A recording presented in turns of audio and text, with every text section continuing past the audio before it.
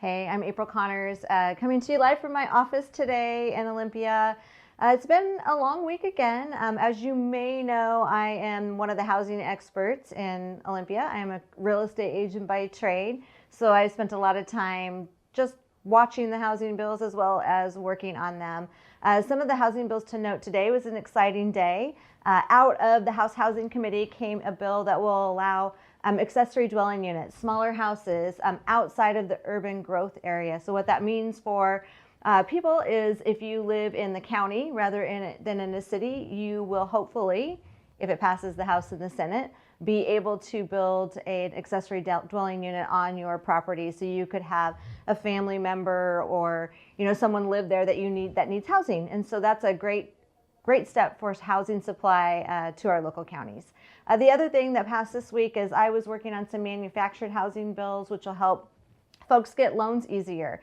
For those manufactured homeowners that live on a rented lot, if they own their own community with a co-op, typically their manufactured homes have been treated as personal property. So think they were treated as like a boat or a car. And this bill, what it did is if the manufactured home community actually owns the land beneath them, they would be able to qualify for housing that makes it real property. So it means that they actually own the ground under them, so they can get better interest rates. They can also apply for first-time homebuyer programs.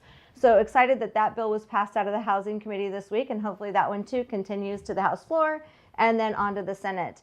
There are some bills that aren't moving forward. One of them that I have in particular, which would have allowed for expansion of our urban growth boundaries. So if you think about in the area you live, if you're driving down the street and one side of the street has houses and the other side has nothing on it, like no land, that side of the street right now, if it's outside of the urban growth boundary, can't be used for housing.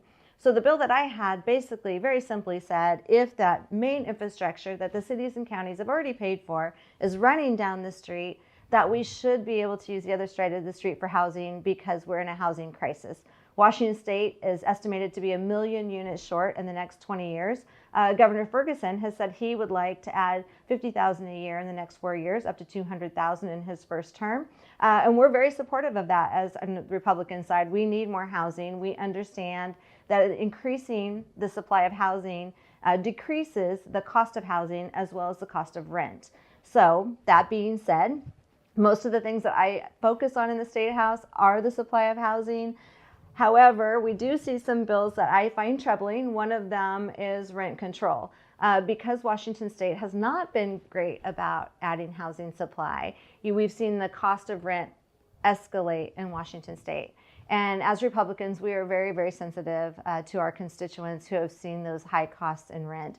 We have put some programs forward to help give a hand up during those times. We had a tenant assistance program until we can get supply stabilized in Washington State.